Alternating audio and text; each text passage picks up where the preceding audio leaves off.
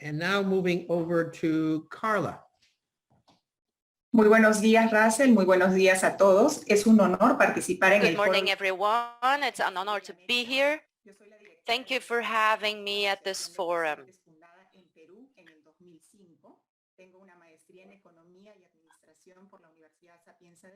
I am the executive director from Esperantra. I have a master's in administration, business administration, and I contribute with the improving the quality of life of patients with chronic diseases and rare diseases and cancer. I contributed recognizing their voices as a key part of decision-making in healthcare, focused on patients. And I had the honor of developing the first code of conduct in Peru, and that was really an interesting experience. Today,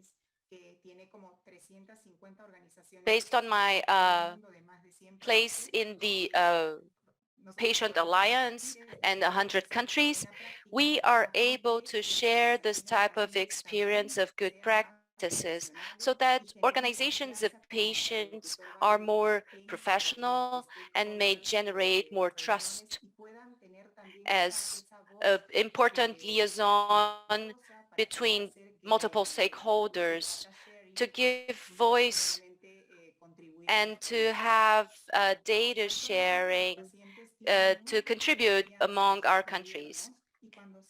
Today, our patients do not trust much their governments. And when we talk about sensitive data from patients' organizations, we still have to generate more trust. We think that the patient has to be educated, knowing how valuable their data is, and also anonymized data that can contribute to public policies. We still have a lot of opportunities to go. Thank you. Thank you, Karla. Waldeep, thank you very much.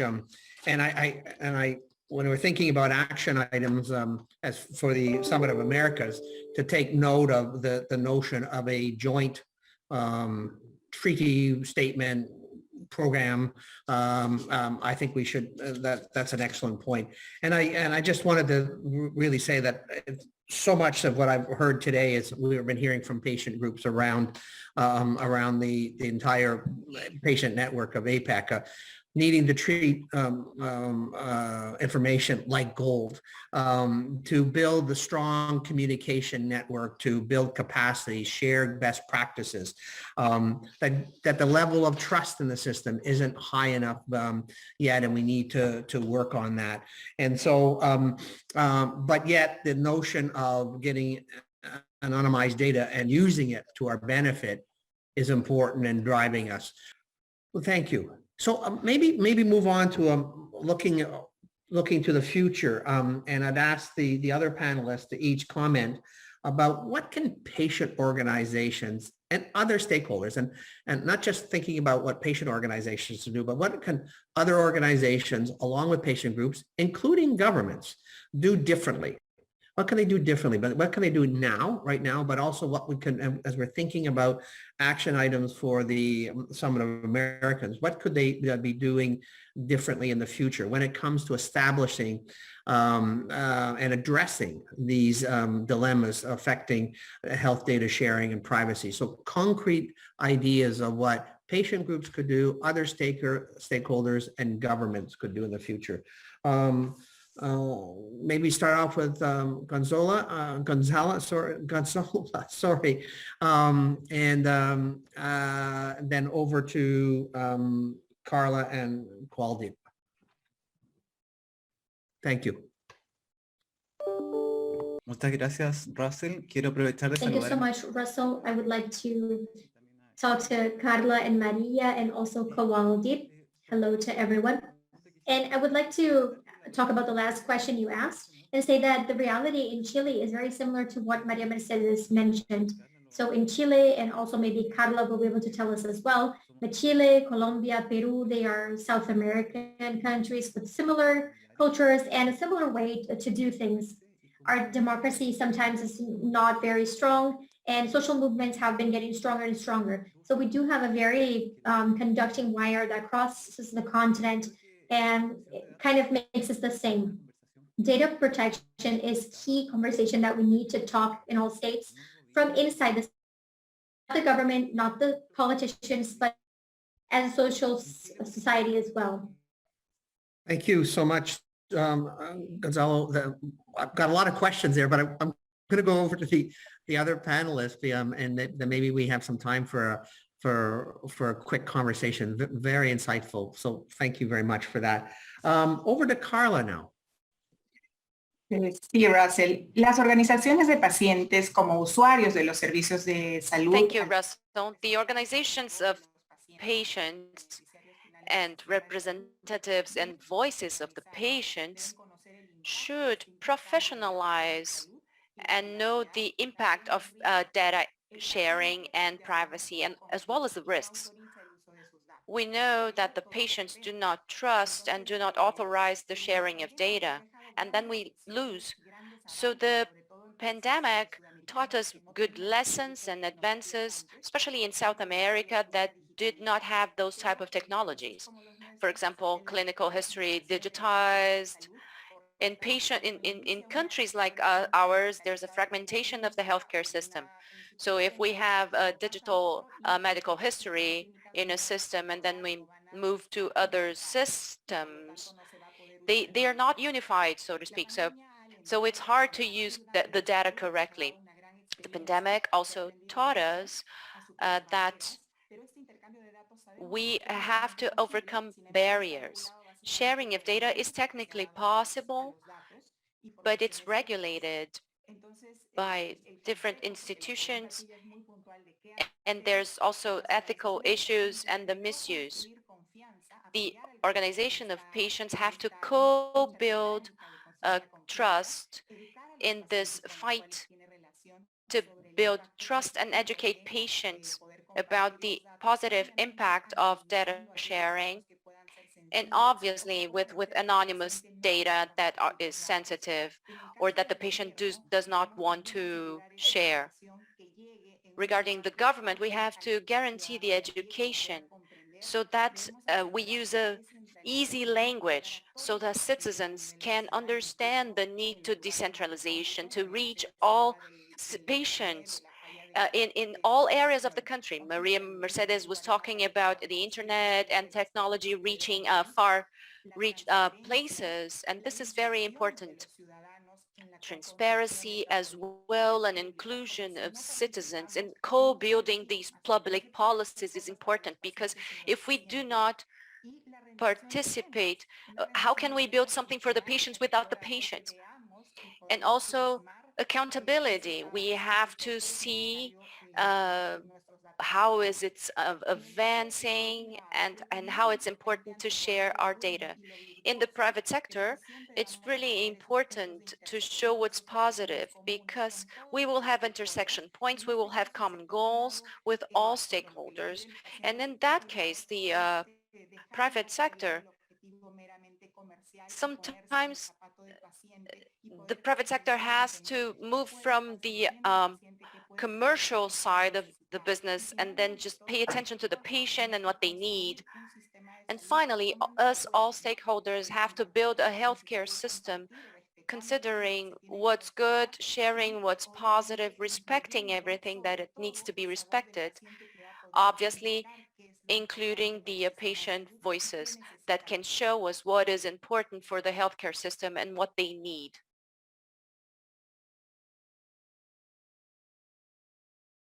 Thank you, Karla. Very helpful comments and building on a lot of what we've already been talking about. So thank you. And to conclude this level of the first round of questions here, Kualdeep, if you want to add your comments to the question about what can we be doing differently in the system now and in the future, it's over to you. Yeah, thank you very much, Russell. I think I'll start from the failures that we have had. We have not shared, or we have not promoted the benefits that accrue from this sharing of data, especially in the genomics field. I think we need to work very closely with the scientific community to bring that out at the moment. As you know, with genomics, we have got tremendous potential for precision medicine, looking at precision oncology, precision diabetes, and all this has not been transmitted to the patients as such. Then we need to move away from the traditional fears that we have about jobs and legal law, access to information, bank accounts. We need to break that somehow between the two. And this then brings into building that trust. We must co-produce this together. There must be co-creation. And that means that patients should be part of the government right through and through, right down to the bottom level. You know, it's not as if patients are subject matters. We should be not only access for consultation, we should be in the cabinet. And this means the innovative medicines or other whole party, we should be there. We should be in every ministry head, whoever will touch upon this. And then we should be brought in right down to the bottom within each and every pharmaceutical company that is there, which will work on this to bring this issue along. And that will build trust. I think when you have oversight, you have people like yourself representing you, you see that representation is there, and that will create that trust. And not to forget that we have not shared the benefits that accrue, that you will get treatment that is right for you. It will target the right patient, the right time, very early on, and you could be home sooner than you thought. You wouldn't have to risk delayed cancer treatments and high-risk operations if your cancer is caught to sharing your data beforehand, genomics and personalizing, anonymizing it. So that's what we need to do. We need to bring back that fear, overcome that fear. I think that Frankenstein fear, I think, still remains, that you fear the machine and doctors, and you think they're going to create a monster. That needs to overcome as well. I think that is very important for us. Thank you. Thank you, Kualdeep, and thank you all for your comments. Maybe I'd like to pursue a little bit more the notion of trust, since you've all mentioned it, but maybe to kind of quickly highlight some of the things that I've been hearing in this workshop is clearly the need to build trust. And I recall when we created the multi-stakeholder consensus frameworks, that's the body that we thought that could be one of the bodies to help to develop that. The need to unequivocally protect data, whether it's laws, regulations, and upgrading and modernizing some of the regulations. The need to educate, and I think it was educate patients, but it was educate everybody in this whole process, and obviously educate it in a manner that makes sense to them. Very strong messaging about co-creating, co-building, full engagement to every level of the process, and versus just add-on consultations, and to be fully there, and then to build in a certain transparent and very clear transparency and very clear accountability. Interesting that we also noted that there's learnings that we had through the pandemic of how to do things differently and how to improve and how to start to change the process. But some of the last points of really starting to also educate people on the benefits of data sharing. And I think that's really important, and probably will take some time to build as we move forward. But maybe if I give everybody one last chance to make some comments about particularly how do you, I mean, it's wonderful to say we want to build the trust, and we all want to do that. Maybe each of you, if you could give us sort of one main area that you might want to work on right away to start to build trust in the system, and maybe give each of you a minute to sort of say what would be an action item that each of you would recommend, very quick notes of how we can start to build and action some of the points that we were talking about. So maybe do it in reverse order. Kualdeep, do you want to start, and then we'll go back through the list? Yes, my action item is simple. Have a high level. When I say high level, I really mean high level patient representation at the regulatory level in the regulators. be they for information sharing regulators or be they for medicines regulation, because that's equally important. And then with the Ministry of Health and even within the cabinet, you know, if there is a presidential committee, we should be having that high level present there so that we can create something for society. This is for societal benefit. It's not for individual patients, it's for everybody. And this is the future of medicine, you know. It is moving us from small molecules into genomic medicines, and we don't know where it will land. It needs that oversight. It's a societal responsibility. I think that's important and high level representation. Thank you. Thank you. Karla? Sí, es muy difícil eliminar la corrupción, sobre todo en países de bajos recursos económicos y It's medianos. very difficult to fight corruption, especially in countries where it's so ingrained on a daily basis. But education is very important in the pharmaceutical industry, among the employees and the government, so that, you know, they represent citizens, and everything that they do has to have a positive impact for citizens. Citizens, when they get sick, when they are patients, they need increasingly more ethics, because if we fail, the patient can die. If we fail on managing those data and sharing data, we have to look at the positive impact, because if patients do not benefit from data sharing, then we deadlock our trust building process. So we have to have empathy. We have to be careful with citizens who are sick, who are vulnerable. And this is really important. We have to respect that line to prioritize that vulnerable group. It's important to know that the patient needs the whole system, and the whole system needs to respond to the needs of the patient. Thank you. Gonzalo? Gracias, Russell. Creo que uno de los caminos que se deberían de tomar en esta... Thank you, Russell. I think that one of the pathways that we can take regarding solutions is to integrate society, integrate patients in decision-making about healthcare. I respect the declaration of Almata that people have the right and duty to participate in the implementation of their healthcare, because we understand that data protection is part of healthcare attention. Then we have to have, since the beginning, the families and patients involved. They contribute with data, and they are concerned about the care in handling that data. So citizen participation is very important. Thank you. Maria, very quickly, because time is running out. Mil Sorry. gracias.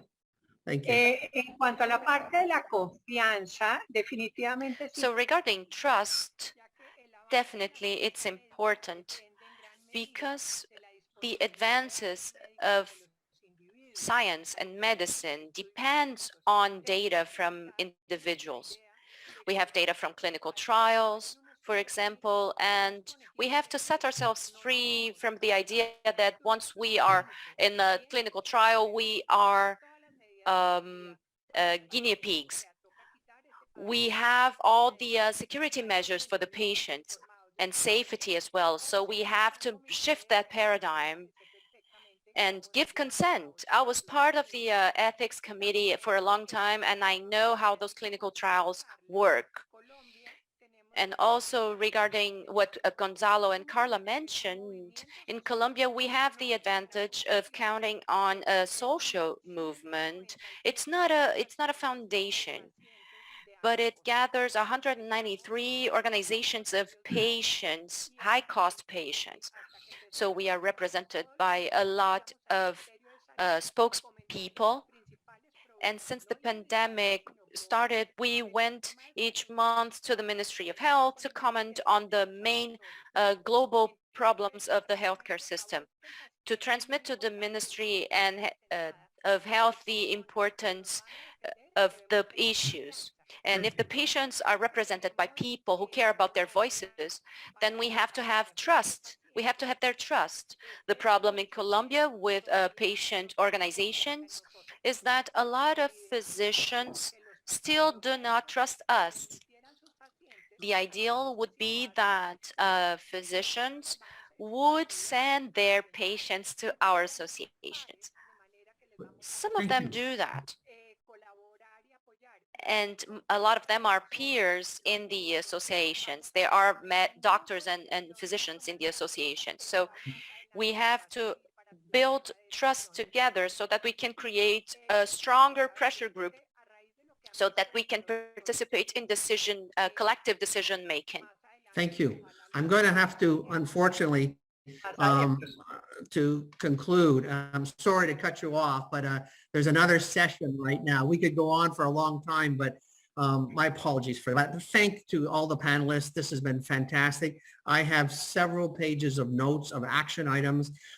We've got a lot of work to do, but I know we have a team in front of us here that is really interested in making it happen. And as we circle back and plan for the Summit of Americas, I'll be reaching out to you to try to take some of the items that we talked in terms of frameworks and building trust and communications and transparency, and we'll work on that. Andrew and I will follow up on it. So my apologies for cutting this wonderful conversation short. Over to you, Andrew, and thank you all very sincerely. This has been a very enlightening and helpful workshop. Thank you.